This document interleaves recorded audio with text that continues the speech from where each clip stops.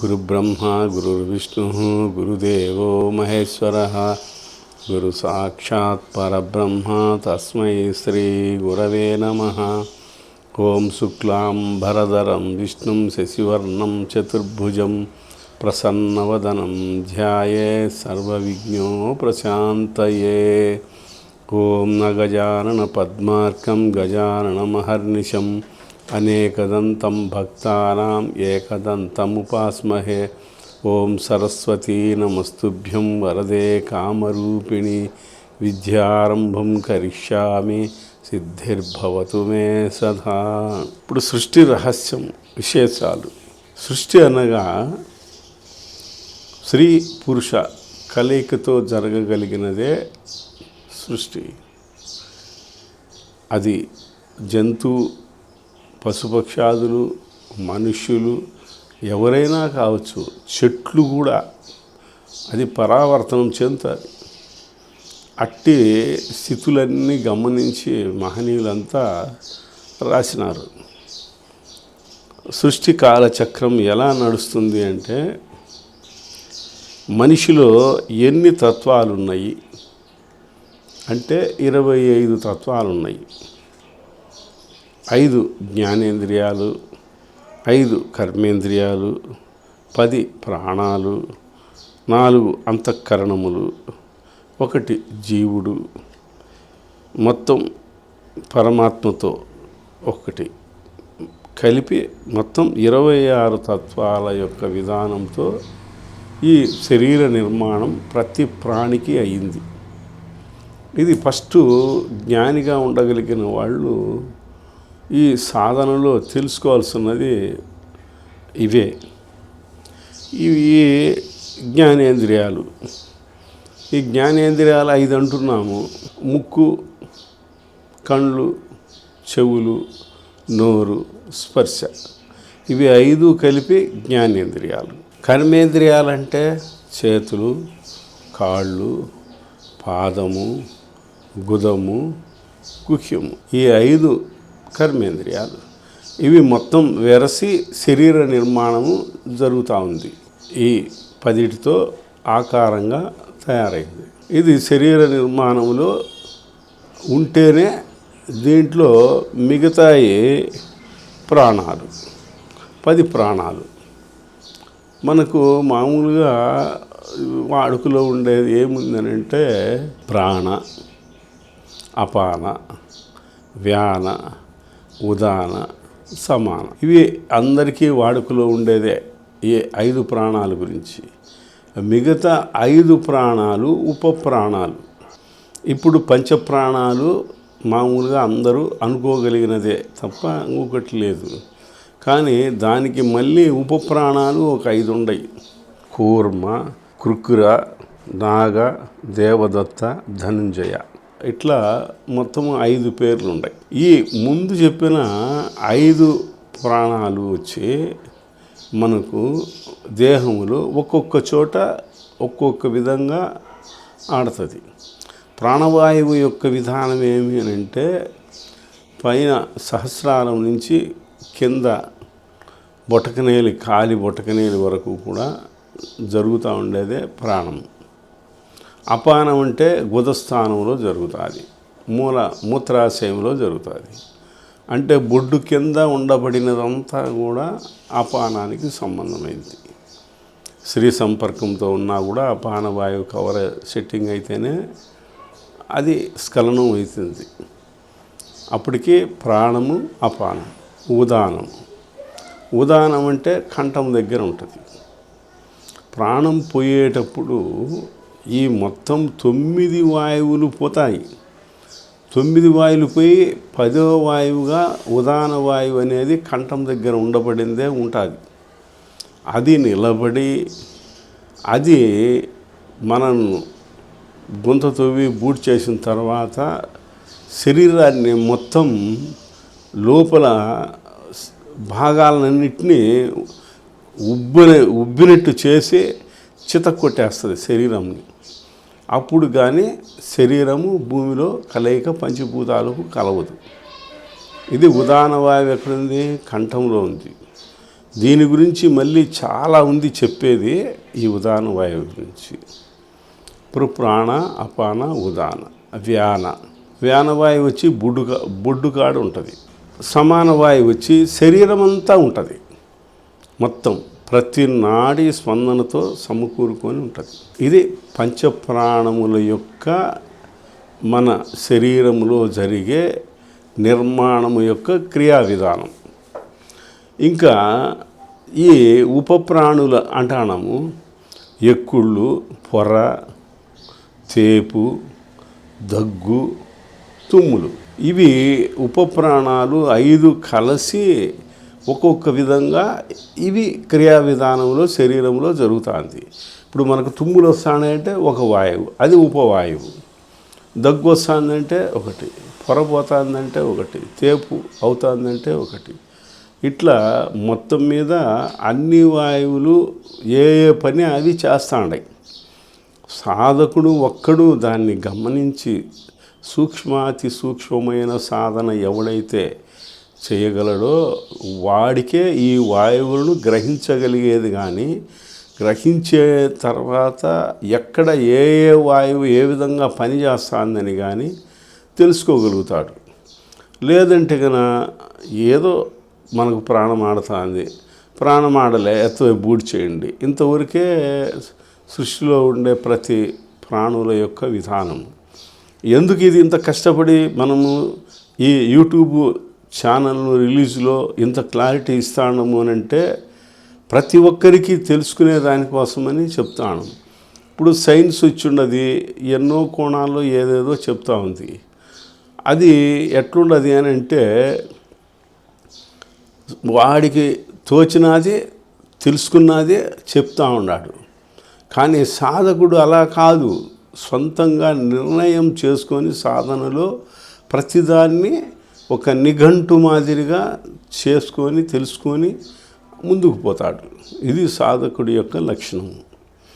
ఈ పంచప్రాణాలు కర్మేంద్రియాలు మామూలుగా చేతులు చేసే పని చేతులు, కాళ్ళు చేసే పని కాళ్ళు, మల స్థానం గుదం అంటారు, అది చేసే పని అది, మూత్రాశయము అది చేసేది అది, ఇంకా పాదము నడక, ఇది కర్మేంద్రియాలు. జ్ఞానేంద్రియాలు అంటే కళ్ళు చూడడము, అట్లే నోరు మాట్లాడడము, ముక్కు శ్వాస పీల్చుకోవడము, చెవులు మామూలుగా ఏదైనా ఒక వినికిడి దాని విధానం తెలుసుకోవడము. ఇట్లా మళ్ళీ స్పర్శ, అన్నిటికంటే సూక్ష్మాతి సూక్ష్మమైంది స్పర్శే. ఈ స్పర్శ జ్ఞానాన్ని ఎవడైతే సాధకుడు అభ్యాసం చేసుకొని దాన్ని వశీకరణ చేయగలడో సాధనలో ముందుకు పోయేదానికి అనుకూలం వస్తుంది. ఇప్పుడు ఈ 5 జ్ఞానేంద్రియాల యొక్క విధానము, 5 కర్మేంద్రియాల యొక్క విధానము, 5 ప్రాణాలు ప్రాణాపాన ఉదాన వ్యాన సమాన, ఈ 5 అట్లనే ఉపవాయువులు, ఈ మొత్తం అప్పటికే 20 అయినాయి. ఇంకా 4 అంతఃకరణములు. ఈ అంతఃకరణములు అంటే మనసు, బుద్ధి, చిత్తము, అహం. సాధకుడికి ధ్యానపరుడికి ఈ అంతఃకరణముల యొక్క సాధనలో నిర్ణయం చేసుకోగలిగి ముందుకు పోగలిగినప్పుడే సాధన మామూలుగా సాఫ్గా చేయగలడు. చేసిన దాన్ని అనుభవంలోకి తెచ్చుకోగలడు. ఎలా అంటే ఇప్పుడు జంతుజాలంలో మనం కొన్నిటిని గమనిస్తే మనకు కొన్ని అర్థమవుతాయి. ఏంటి అంటే ఇప్పుడు ఆవు కానీ, ఎద్దు కానీ, ఏనుము కానీ, దున్నపోతు కానీ ఏమైనా ఇవి తింటాయి గబగబా. తిని మళ్ళీ ఏం చేస్తాయి, ఒక చోట పండుకొని లోపలిది బయటికి తీసి దాన్ని పండ్లతో నెమిరేసుకుంటుంది, దాన్ని నములుకుంటా దాని రుచి తెలుసుకుంటుంది. కానీ ఫస్ట్ తినేటప్పుడు వాటికి ఏం తెలియదు రుచి. అట్లా సాధకుడు కూడా సాధనలో పొందగలిగిన అనుభవాల యొక్క థియరీని ఒక్కసారి పొందితే రాదు. అది ఒక్క స్థితిని ఏదైనా పొందగలిగింది కనీసం ఒక్కసారిగా లేకుండా ఎన్నోసార్లు పొందగలిగినప్పుడే వానికి ఒక వర్షక్రమములో ఈ అనుభూతి ఇలా ఉంటుంది, ఈ స్థితి ఇలా ఉంటుంది, ఈ అనుభూతి ఈ స్థితి ఈ రెండు కంబైనింగ్ కలిస్తే ఏమిటి అనేది నిర్ధారించుకుంటూ ముందుకు పోగలిగేదానికి అవకాశాలు అయితే సాధకుడికి ఉంటుంది. అట్లా నిర్ధారించుకొని పోలేనోళ్ళు ఇప్పుడు గంట సేపు కూర్చున్నా, 2 గంటలు కూర్చున్నా, 3 గంటలు కూర్చున్నా కూడా వాళ్ళు ఏమైనాము కానీ శరీరమేమో మర్చిపోతారు. స్థూలము స్థుతి ఉండదు నిద్ర మాదిరిగా. కానీ మనలో ఏం జరిగింది, ఏం అనుభూతిలో మనం ఉండాము అనేది చాలామందికి కనీసం చెప్పాలంటే 100లో 80 మంది కూడా పైనే ఈ స్థితిలోనే ఉండారు. గురు శిక్షణలో గురు యొక్క సరైన శిక్షణ, గురు యొక్క సాధన ఉండగలిగిన వాళ్ళ వరకు అది సరైన గురువై ఉండగలిగితేనే ఆ శిక్షణలో కూడా అతను పొందగలిగి ఉంటేనే ఈ వర్షక్రమము చెప్పగలడు. లేదంటే ఏదో వాచాగా చెప్పుకుంటా పోగలిగిందే ఉంటుందే కానీ ఏముండదు. ఇప్పుడు పుస్తకాలు చదువుతాము, గ్రంథము శాస్త్రము మంచి చెడ్డ చదివినము, మనం అర్థం చేసుకొని పోవాల ముందుకు అని అంటే సాధన చేస్తేనే. సాధన ఒకటి నీకై నువ్వు చేస్తే ఇదో ఈ మాదిరి ఒక 80% కూర్చున్నామా, లేచినామా, నేను ఇంతసేపు కూర్చున్నానా అనేది ఒకటే ఉంటుంది. కానీ స్థితులు పొందగలిగినది ఎట్లా అయితే పొందగలిగినామో ఆ స్థితి ఏమిటి, ఆ స్థితిలో ఇంకా తర్వాత ఏముంది అట్లా ఒక మన వాళ్ళ జన్మ సంస్కారాలను బట్టి పొందగలిగినప్పుడు ఏది ముందు పొందినాము, తర్వాత ఏది పొందినాము, ఆ దానికేమి దీనికేమి తేడా అనేది నిర్ణయించుకోగలుగుతాడు. లేదు ఊరకనే కూర్చున్నాడు కామ్గా, ఏం లేదు అబ్బా నేను హాయిగా ఉండాను అనేవాళ్ళతోటే చాలామందితో నేను కలిసినానే తప్ప వాళ్ళకు ఏమన్నా అడిగితే విమర్శ చేస్తే మాకేం తెలియదయా అని అంటారు. ఇప్పుడు తెలియనిది ఎట్టుంటుంది అంటే అర్థము కాని చదువు వ్యర్థము అని. ఈ అర్థం కాకుండా నువ్వు సాధన ఎంత చేసినా కూడా సరైన శిక్షణ లేకుండా నువ్వు పరిపక్వత చెందేదానికి ఆస్కారం అయితే ఉండదు. ఇది మెయిన్ సాధకులు గ్రహించాల్సిన విషయం. దానికోసమే చాలా కష్టపడి మా సాధన, మా గురువు మాకు ఉపదేశించిన అనుభవాలు, అనుభూతులు ఇవన్నీ కలగలిపి దాని విధానాలు నిర్ధారించి మీకు ఈ వీడియోలో వివరంగా తెలపడమైంది. ఇప్పుడు దేవుడు అడిగే మొత్తం 26 ప్రాణాలు 10, ఇంద్రియాలు 10, తన్మాత్రలు 4, అడికి 24, జీవుడు ఒకడు అడికి 25, పరమాత్మ అనేవాడు 26. ఈ 26 తత్వాలతో కూడుకొని శరీరము నడుస్తూ ఉంది. ఇక్కడ గ్రహించాల్సిన విషయము ఈ 26 తత్వాలు లేనిదే నువ్వు ఏ పని చేయలేవు.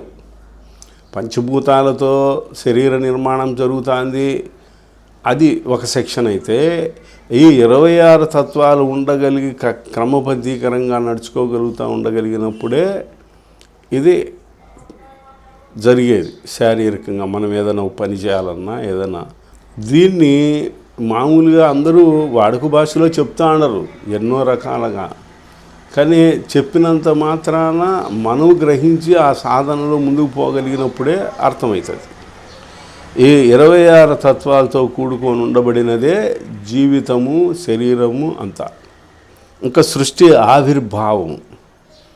సృష్టి ఆవిర్భావము అంటే పుట్టేటప్పుడు ఎలా అది జరిగింది, సృష్టి ఆవిర్భవించింది అనే విధానము ఒక సెక్షను. ఇప్పుడు ఫస్ట్ ఇది ఎందుకు చెప్పాల్సి వచ్చిందంటే సృష్టిలో జీవుడు అనేవాడు ఎలా చరించేదానికి ఏ ఏ తత్వాలతో ఉండబడింటే జరుగుతుంది అనే దానికోసం ఫస్ట్ దాన్ని క్లారిటీ ఇచ్చినాం, విమర్శ చేసినాం. ఇక సృష్టి ఆవిర్భావము అంటే మనము ఈ తత్వాలతో కూడుకొని ఎలా పుట్టినాము అనే విధంగా ఆ దేవతలు ఎలా ఒకరికొకరు పుట్టి మనము మానవులుగా వచ్చేసినాము. లేదు పశుపక్షాదులు వచ్చినాయి, క్రిమికీటకాదులు వచ్చినాయి, చెట్లు చాములు మంచి చెడ్డ ఎట్లు వచ్చినాయి అనే దానికి ఇది విమర్శ చేస్తూ ఉన్నాము. ముందుగా పరాపరము, దీని యందు శివము పుట్టినది. పర అపర. ఈడ ఒక ఎపిసోడ్లో చెప్పిన పరమాత్మ మనలో ఉన్నాడు.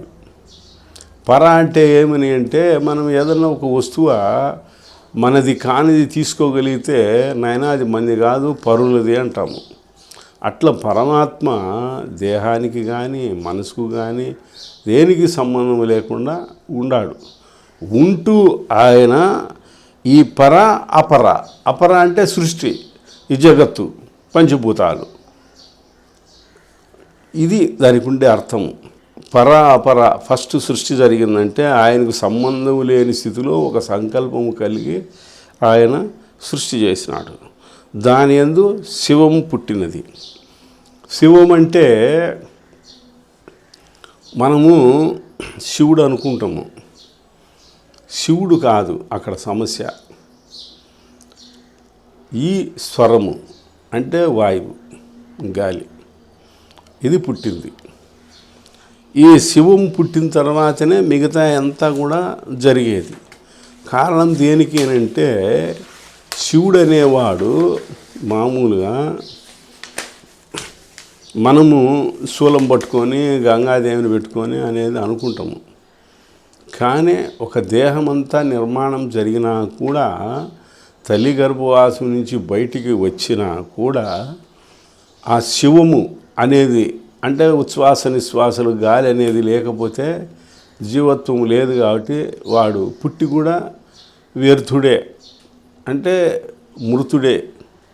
కాబట్టి ఫస్ట్ సృష్టి జరపడంలో ఈ పర అనేది అంటే ఆయనకు సంబంధము లేని స్థితిలో ఈ పర అపర, ఈ అపర అనగలిగినదే ఈ వాయువుతో సంబంధంగా శివతత్వాన్ని ఆయన సృష్టి చేసినాడు. శివము యందు శక్తి అంటే ఈ వాయుతత్వంతో శక్తి కలిగింది. అంటే ఇప్పుడు మామూలుగా మనలో ఏదైనా ఒక వస్తువు ఎత్తాలన్నా, లేదు ఎత్తుకున్న దాన్ని దించాలన్నా, ఎత్తుకోవాలన్నా శక్తి కావాలా, లేదు ఒక వస్తువు మనం నెత్తి మీద పెట్టుకున్నది దింపాలన్నా శక్తి కావాలా. అది ఏ శక్తి అనేది గ్రహించగలిగేది ప్రతి ఒక్కరూ. ఇది బహిర్ముఖమైన విషయము. కానీ ఇప్పుడు నేను చెప్పే విధానం కొంచెం గ్రహించితే ప్రతి మానవుడు దీన్ని గ్రహించవచ్చు. ఎట్లా అంటే, ఒక చిన్న వస్తువు కానీలే మనం ఎత్తాలంటే గాలి బిగబడితే తప్ప పైకి ఎత్తలేం. ఆ గాలి బిగబట్టి మనం పైకి ఎత్తుకోగలిగితేనే ఎత్తగలం. ఎవడైనా ఒక బరువు కింద ఉండదు, నాయన నాకు తల మీద ఎత్తు పెట్టు అని అంటే కూడా మనం కూడా గాలి బిగబట్టితేనే ఎత్తి వాడిని ఎత్తిన పెట్టగలం. ఆ సూక్ష్మంగా ఎలా ఉందో చూడు. ఆ గాలి బిగబట్టితే దేహములో శక్తి ఎలా వచ్చింది అనే దానికి ఎంత అంతర్గతంగా పరమాత్మ పెట్టిండో ఈ శక్తిని గ్రహించేదానికి అది మూలకంగా మనం తెలుసుకోవాలి. అతి ముఖ్యమైనది. అందరూ ఏమనుకుంటారంటే, శక్తి అనుకుంటే ఆమె శూలం పట్టుకున్నది, నాలుకేట పొడుకు సాపింది, పుర్రెలు దండేసుకున్నది, ఇదంతా ఏదో ఎవరి కొద్దీ వాళ్ళు సృష్టిలో అనేక కోణాలుగా అనేక మంది అనేక విధాలుగా బుక్కుల్లో ఉన్నాయని చెప్తా ఉండరు. కానీ సృష్టి ఎలా జరిగింది అనేదానికి నేను ఎంత క్లారిటీగా విమర్శ చేస్తానో, ఈ శక్తి అంటే ఏమిటి, శివం అంటే ఏంది అనేది రెండు మీకు గోచరమైనవి. ఈ శక్తి యందు నాదం, నాదం అంటే శబ్దం. ఆ శబ్దంలో ఏదో దబాగుబా అనేది కాకుండా ఓంకారనాదాన్ని సృష్టి జరిపినారు. ఈ ఓంకారం అనేది ఎలా ఉంటుంది అంటే, మనము ఒక సాయంత్రం పూట లేదు పొద్దున్నిడి మనం సముద్రం దగ్గరికి పోయినామంటే, సముద్రం కాడ శబ్దం ఎలా వస్తుందో ఒకసారి బాగా గ్రహిస్తే తెలుస్తుంది. అని వస్తూ ఉంటుంది ఒకటే శబ్దం. గాలితో కూడుకొని అలలు, ఆ అలల యొక్క తాకిడి, ఇదంతా కలయిక జరిగే అని వస్తుంది. అది బాగా సూక్ష్మంగా గ్రహించగలిగినప్పుడే తెలుస్తుంది తప్ప, లేకుంటే ఏదో శబ్దం వస్తుంది అది ఇది అని అనుకునేది తప్ప వేరే లేదు. శక్తి యందు నాదము, నాదము యందు బిందువు. బిందువు అంటే ఇప్పుడు చంద్రబింబం ఉంది, సూర్యబింబం ఉంది, నక్షత్రాలు కూడా ఒక బింబంతో ఉండగలిగినాటి ఉన్నాయి. సూర్యచంద్రాదుల కంటే కూడా చాలా పెద్ద గ్రహము గురుగ్రహం, శనిగ్రహం. ఇట్లా అన్నీ అవి బిందు రూపంలోనే ఉన్నాయి.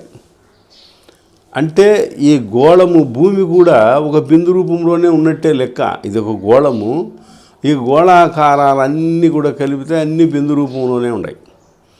ఇది గుర్తుపెట్టుకోవాలి. బిందువు అంటే అదే.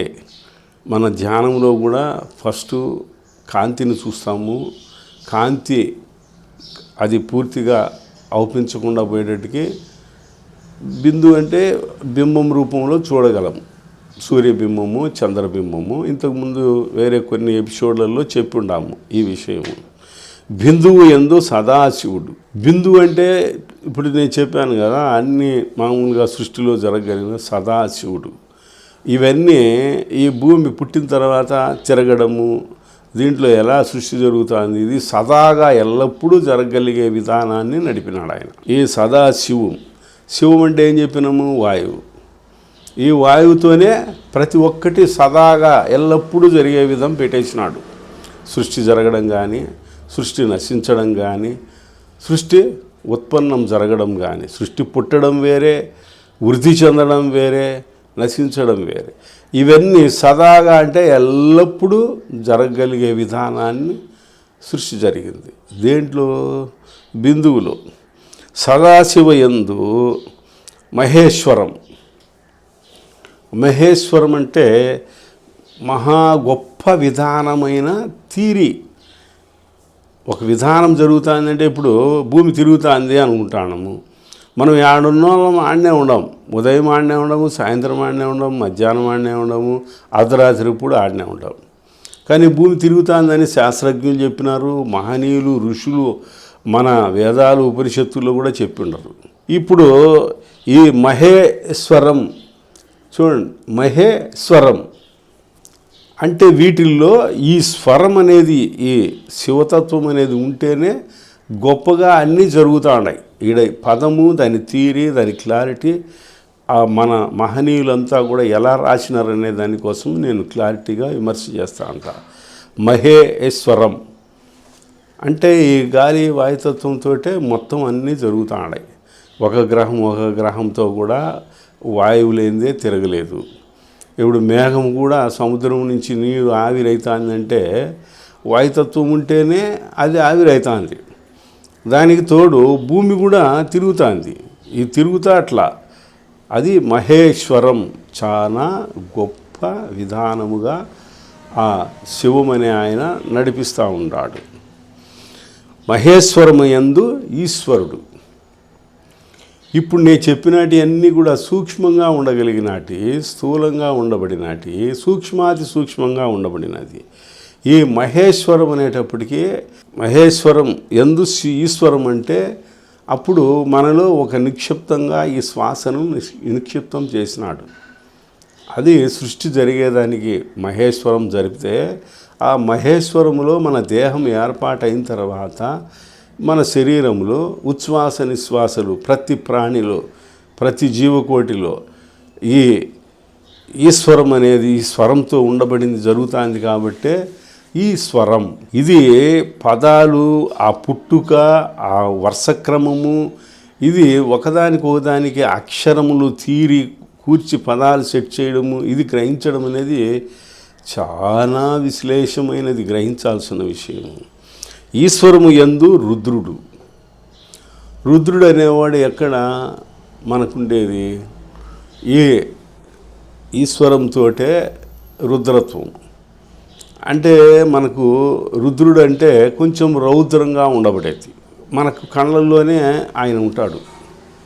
ఆ రుద్రత్వం ఉండేది కళ్ళల్లోనే చూపించగలం, కళ్ళల్లోనే సైగలు చేసి, కళ్ళతోనే మాట్లాడి, కళ్ళతోనే సర్వం కూడా మనం పనులు జరిపించుకునేది ఉంది. ఎప్పుడు జరుపుతాము దీని గురించి తెలుసుకోవాలంటే కొంతమంది మౌన వ్రతము చేస్తారు. మామూలుగా కళ్ళతోనే సైగలు చేసి కళ్ళతోనే అన్నీ జరిపేది. ఇది రౌద్రం ఉండేది మన కళ్ళలోనే ఉండాలి. కాబట్టి ఆ దృష్టి నిఘా అది. అంటే ఇప్పుడు శవమైంది శరీరము, ఉచ్ఛ్వాస నిశ్వాసలు లేనప్పుడు దానికి కూడా కళ్ళు ఉన్నాయి. దానికి కూడా కళ్ళు ఉన్నా కూడా అదేమన్నా చూడగలదా? రౌద్రంగా కానీ ఇంకోటి కానీ చూడలేదు. లేదు, నిద్రలో ఉన్నాం. చూడగలదా? చూడలేదు. అయితే దీనికి ఏమి అని అంటే రుద్రము అంటే ఈ అంతర్దృష్టి ప్రకోపం వల్లనే మొత్తము ఇంద్రియాలు కానీ, మనసు కానీ, బుద్ధి కానీ, చిత్తం కానీ, అహం కానీ అన్నీ కూడా చరిస్తూ ఉన్నాయి. అయితే ఈ పరమాత్మ కూడా ఈ అహం అనే పరమాత్మ కూడా ఈ రుద్రత్వంతో కలిసినప్పుడే రెండు కలయిక జరిగితేనే మనకు ఇంద్రియాల యొక్క తీరి తెలుస్తుంది. లేదంటే తెలుసుకునేది కష్టం. రుద్రుని యందు విష్ణువు. రుద్రుని యందు విష్ణువు అని అంటే విష్ణువు యొక్క స్థితిగతి ఏమి? నీలాకాశం, ఆకాశతత్వంతో ఉండబడింది. ఇప్పుడు మామూలుగా విష్ణువు ఎన్నో అవతారాలు ఎత్తి ఉన్నాడు. రామావతారము, కృష్ణావతారము, ఇంకా వామన అవతారము, నరసింహావతారము, లేదు వరాహ, ఇట్లా అన్ని అవతారాలు ఎత్తినా కూడా ఆయన ఆకారం ఏమి అంటే ఏ ఆకారానికి అది ఉన్నా కూడా ఆయన కలర్ వచ్చి నీలి కలరే. అందుకు ఆ నీలి కలర్తో ఈ ఆకాశమంతా నిండి నిమిడీకృతం ఉండి ఈ క్రియా విధానం అంతా జరుపుతుంది. విష్ణువు వచ్చి పోషణకర్త, వృద్ధికర్త. అంటే ఇప్పుడు ఆకాశం ఉండబట్టి మేఘావృతమయ్యి గాలి వచ్చిన దానివల్ల వర్షాలు పడి ఆ భూమి మీద పడిన దానివల్ల మళ్ళా పంటలు రావడము, మనం తినడము, మళ్ళా ఇదే క్రియా విధానం జరుగుతూ ఉంది. ఇది విష్ణువు యొక్క తత్వము. కాబట్టి ఇది తత్వాలతోనే గ్రహించాలి కానీ విష్ణువు ఈ ఆకారంతో ఉన్నాడు అది ఇది అని కాదు. మొత్తం దేహంలో ఉండబడిన క్రియా విధానాలే ఇవి అన్నీ కూడా కలిపి వాళ్ళు ఆయా పదాలు ఆయా సంబంధంగా ఇచ్చినారు. దీనికి ఇంకా క్లారిటీగా కూడా నేను ఇంకా ఎపిసోడ్లలో చెప్పేటప్పుడు ఒక్కొక్క దానికి మహనీయులు వేమన కానీ బ్రహ్మంగారు కానీ రాసిన విధానాలు, వీటిల్లో బ్రహ్మ అంటే ఏంటి, విష్ణువు అంటే ఏంటి, ఈశ్వరుడు అంటే ఎవరు అనేది కూడా క్లారిటీగా, శక్తి అంటే ఏంది అనేది వాళ్ళు ఇచ్చిన తత్వాలలో కూడా ఉంది. దాని వివరం నేను చేయగలుగుతాను. విష్ణువు యందు బ్రహ్మ. ఇప్పుడు బ్రహ్మ అంటే ఏమని మామూలుగా పదము యొక్క అర్థం తీసుకుంటే గొప్పది అని. బ్రహ్మ అంటే మనం ఏమనుకుంటాను? పంచముఖ బ్రహ్మ ఒక ఆయన ఉన్నాడు, చతుర్ముఖ బ్రహ్మ ఒక ఆయన ఉన్నాడు. ఏ బ్రహ్మన్నా ఉండనీలే. మామూలుగా విష్ణువు నాభిలో నుంచి, బొడ్డులో నుంచి బ్రహ్మ పుట్టినాడు అని అంటాడు. అంటే దానికి ఏంటి క్రియా విధానము అంటే ప్రతి జీవికి బొడ్డు అనేది చాలా కేంద్రంతో కూడుకొని ఉంటుంది. అంటే కేంద్రం అంటే ఏంటి అని అంటే కింద మలాశయము, మూత్రాశయము, లేదు వీర్యము, ఇట్లా మొత్తం ఒక సెక్షన్ ఉండబడితే పైకి వచ్చేటట్టుకి బొడ్డుకు పైన వచ్చేటికి జీర్ణాశయము, మామూలుగా ఊపిరి ఆడము చేయడము ప్లస్ సహస్రారము, ఇవన్నీ కేంద్రంగా బొడ్డు యందు అన్నీ నిలబెట్టినాడు ఆయన. దానికి ఇది నిర్వచనము. బ్రహ్మ పుట్టినాడు అని అంటే ఈ విష్ణువు యొక్క తత్వాన్ని పోషణ విధానం మన ధ్యానంలో తెలుసుకోగలిగినప్పుడే బ్రహ్మ యొక్క తత్వం కూడా మనకు అక్కడ తెలుస్తుంది. ఈ నాభి యందు మనం పరిశోధన చేయగలిగితే ఇది. కానీ చతుర్ముఖ బ్రహ్మ, పంచముఖ బ్రహ్మ అనేది మనోళ్ళు తీసుకొచ్చినారు. అది ఒక ఆకారంతో పూజా విధానం చేసేదానికోసం చెప్పినారు. దాన్ని మనం తప్పు పట్టడం లే. కానీ మనం చెప్తానేది ఇక్కడ ఏ విషయాల గురించి చెప్తాము? సాధన చేస్తూ వస్తే ఏది ఎలా ఉంది, ఈ సృష్టి ఎలా జరిపినాడు, మనం ఎలా తెలుసుకోవాలి అనే విధానానికే దీన్ని మనము విమర్శ చేస్తూ ఉన్నాము. బ్రహ్మయందు ఆత్మ. ఆత్మలు 3 రకాల ఉన్నాయి. 1 జీవాత్మ, 2 ప్రత్యేగాత్మ, 3 పరమాత్మ. ఇప్పుడు జీవాత్మ అంటే ఏంటి అని అంటే ఈశ్వరము అంటే వాయువు. ఇది మన దేహంలో ఉంది కాబట్టి ఈ ఆత్మ అంటే ఉండడము అనే దాని అర్థం కాబట్టి దానికి క్లారిటీగా విమర్శ చేస్తాను. జీవాత్మ అంటే ఈ ఉచ్ఛ్వాస నిశ్వాసలు ఈ వాయువు మనలో ఉంది కాబట్టి ఇది జీవాత్మ. ప్రత్యేగాత్మ. ప్రత్యేగాత్మ అంటే ఆ పదములోనే ఏ విధంగా ఉందో గ్రహించాలి మనం. ప్రత్యేగాత్మ ఇది భగవద్గీతలో కూడా ఉంది. ఈ పదాన్ని దేహానికి పరమాత్మకు సంబంధం లేకుండా ఉంది. ఎట్లా ఉంది అంటే మనసు. గాఢ నిద్రలో మనసు లేదు, కానీ వ్యవహారంలో ఉంది, స్వప్నంలో ఉంది. అప్పుడు గాఢ నిద్రలో పోయినప్పుడు దేహానికి సంబంధం లేకుండా, లేక పరమాత్మకు సంబంధం లేకుండా ఎక్కడ అది నిక్షిప్తమైంది. ఇదే సాధకుడు గ్రహించాల్సిన విషయం, అతి ముఖ్యమైనది. సాధకుడు తెలుసుకొని ఆచరణలో పెట్టుకోవాల్సినది కూడా అతి ముఖ్యమైనది ఇదే. ఈ నిద్రలో ఇద్దరు పోతే కానీ నిద్ర రాదు. మనలో ఆ ఇద్దరు ఎవరు, ఎట్లుండారు, దాని స్థితిగతులు తెలుసుకోవాలా సాధకుడు. అప్పుడు ఏమవుతుంది అంటే నీకు కావాలన్నప్పుడు నిద్ర వస్తుంది, వద్దనుకుంటే నిద్ర ఉండదు. 10 రోజులు నిద్ర లేని స్థితిలో నువ్వు ఉండి వర్క్ చేస్తూ ఉన్నా కూడా ఆ నిద్ర అనగలిగినది ఏదో ఆ స్థితి తెలిసి ఆ స్థితిలోకి మనం సాధనలో పోయి ఒక్క 10 నిమిషాలు కన్నా పోయి వచ్చినామంటే 10 రోజులు నిద్ర కూడా నీకు ఆ బెట్టతనమే ఉండదు. ఇది మా స్వానుభవంలోటి చెప్తా ఉన్న విషయాలే తప్ప వేరే ఇంకొకటి ఏదో ఎవరో చెప్పినటి ఉపోద్ఘాతాలు కాదు. మనసు అనేది ప్రత్యేగాత్మ అంటే ఇటు దేహానికి కానీ పరమాత్మకు కానీ సంబంధం లేని స్థితిలో ఆ మనసును భగవంతుడు సృష్టి చేసినాడు. ఈ సృష్టి ఆ మనసును ఎంత నీలాజాలంగా ఉందంటే అంత ఇదిగా ఉంటుంది. మనం ఎవరితో అన్నా స్పీడ్గా మాట్లాడినప్పుడు ఏది నాయన ఇట్లా మాట్లాడినవే అని కనుక మనం అంటే అబ్బా నాకేం పని చేయలేదులే తలకాయ నా మనసు, అందుకని ఏదో మాట్లాడినా, తప్పుంటే నన్ను క్షమించు అనేటట్టు మాట్లాడతారు. అప్పుడు నీ కంట్రోల్లో లేదు, నీ మనసు మాటల్లో కంట్రోల్ లేదు, బుద్ధికి కంట్రోల్ లేదు, వ్యవహారానికి కూడా కంట్రోల్ లేదు, ఏ విధంగా మాట్లాడాలన్నది. దీన్ని సాధకుడే గ్రహించి దాన్ని ఏ విధంగా మాట్లాడి ఏ విధంగా దాన్ని సర్దుకొని చేసుకోవచ్చు అనేది వానికి ఒక్కడే నిర్ధారించుకోగలడు. అట్లా నిర్ధారించుకోగలిగినప్పుడే 3 గుణాలను కూడా వాడు కంట్రోల్మెంట్ చేసుకోగలుగుతాడు.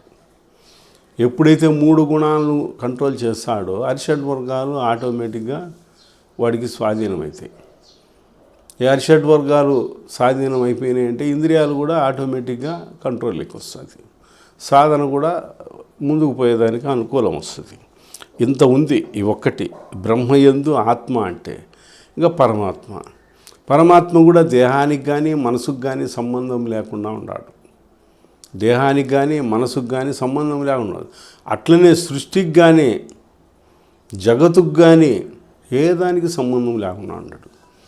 ఇది సాధకుడు అర్థం చేసుకొని సాధనలో ముందుకు పోగలిగే విధానాల్లో సరైన గురువు సరైన శిక్షణ లేకపోతే దీన్ని అంత సులభంగా అర్థం చేసుకునేదానికి చేత కాదు. ఇది చాలా హైయెస్ట్ వ్యవహారం. కానీ పదాలు వినేదానికి కూడా అదేముందిలే ఆత్మ అంట బ్రహ్మ అంట ఇవన్నీ మనం అనుకుంటాం. ఈ అర్థం కాని పర్థం కాని విధంగా చెప్పేవాళ్ళు సరి లేకపోయినా, వినేవానికి సరైన అవగాహన లేకపోయినా, ఆచరణలో సరైన పరిస్థితులు లేకపోయినా ఇక్కడ ఇది తెలుసుకునేదానికి చాలా కష్టతరమైన విషయం. బ్రహ్మయందు ఆత్మయందు దహరాకాశం.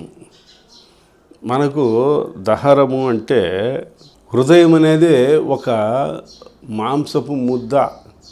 అది ఎట్లుంటుందంటే రామాఫలం మాదిరిగా ఇటు ఊపిరితిత్తులకు ఇటు గుండెకు మధ్యన ఉంటుంది. ఇది దహర ఆకాశం గగనం శూన్యం. ఇది వాయువు నిలయము, జీవుని యొక్క నిలయం. ఈ దహరాకాశం అనేది చాలా గ్రహించాలి. ఎందుకు అని అంటే దీనికి 4 బెజ్జాలు ఉన్నాయి. ఒక బెజ్జంలో దూరి ఇంకొక బెజ్జంలోనికి బయటకు వస్తుంది. మనం ఊపిరి పీల్చి వదిలేది కూడా సేమ్, ప్రతి ప్రాణి కూడా అంతే. దానివల్ల హృదయము, దానికి దహరము. ఇది ఆకాశం గగనం శూన్యం. పోనీ అక్కడేమన్నా నిలకడగా నిలబడతాంది అంటే నిలబెట్టలేకపోతా ఉన్నాం మనం. పోనీ నిలబడ్డం లేదు, నిద్రలో నిలబడ్డం లేదు, వ్యవహారంలో నిలబడ్డం లేదు, స్వప్నంలో కూడా నిలబడ్డం లేదు. అందుకు ఆకాశాన్ని ఏమి ఇచ్చినారు అని అంటే ఆకాశం గగనం శూన్యం. శూన్యం అంటే ఏమీ లేని స్థితి, మనం పొందుతాడమే కానీ దాన్ని అర్థం చేసుకునే చేతగాని పరిస్థితి ఏదున్నా కూడా ఆకాశంతో శూన్యం మాదిరే లెక్క. మనం ఏదైనా ఒక సాధనలో కూడా ఒక స్థితి కానీ అనుభూతిని కానీ పొందగలిగి దాన్ని మళ్ళీ ఎలా పొందాలి, ఎలా పొందగలుగుతాము అనేది ఒక సీరియల్ ప్రకారం క్లారిటీ లేదంటే కనుక అతను దాన్ని మళ్ళీ పొందలేడు. తర్వాత స్థితిని కూడా పొందినా దీనికి ఎట్లా పొందినాము దానికి ఎట్లా పొందినామని నిర్ణయం తీసుకునేది కూడా చేతగాని పరిస్థితి అవుతుంది. అందుకు ఈ హృదయము అనగలిగిందే దహరాకాశము. ఈ ఉచ్ఛ్వాస నిశ్వాస లోపలికి పోతుంది, మళ్ళీ వితిన్ సెకండ్లలోనే బయటికి వస్తుంది. స్టాండర్డ్ లేదు. కాకపోతే కొంతమంది సాధకులు రేచకము, పూరకము, కుంభకము అని కొన్ని విధాలుగా ప్రాణాయామాలు చేస్తున్నారు. అయినా వాళ్ళు ఎంతసేపు ఉంచుకోగలరు? వాళ్ళ ప్రాక్టీస్ని బట్టి 2 నిమిషాలు, 1 నిమిషము, లేదా 5 నిమిషాలు, 10 నిమిషాలు ఉంచుకోగలుగుతారు. మహా అంటే ఒక అర్ధగంట లేదా 1 గంట. రోజుల తరబడి ఉంచుకునేదానికి కష్టమే కదా. కాబట్టి ఆడ కూడా మనము ఒక బాలును గోడకు ఎంత స్పీడ్గా విసిరేయగలమో అంత విసిరేసిన దానికంటే 2 వెనక్కి వస్తుంది బంతి. ఎందుకు వస్తుందంటే ఇది ఇక్కడే మనం గాలి ఎంత బిగబడతామో ఆ బిగబట్టిన గాలి మళ్ళా బయటికి వచ్చేటప్పటికి అంత స్పీడ్గా బయటకు వస్తుంది. దీనికి సరైన గురువు, సరైన శిక్షణ ఉంటే ఎంతసేపు ఉన్నా లోపల గాలి బయటికి కానీ బయట గాలి లోపలికి కానీ రాకుండా ఎక్కడిదక్కడ బంధన జరిగిపోయే విధానాలు అది యోగ విద్యలో ఉన్నాయి. అది ఇంకా వచ్చే ఎపిసోడ్లలో వివరమిస్తాను. ఇది సృష్టి క్రమంలో చెప్తాను కాబట్టి ఒక్కొక్కటి ఒక్కొక్క విధంగా క్లారిటీ చెప్తాను.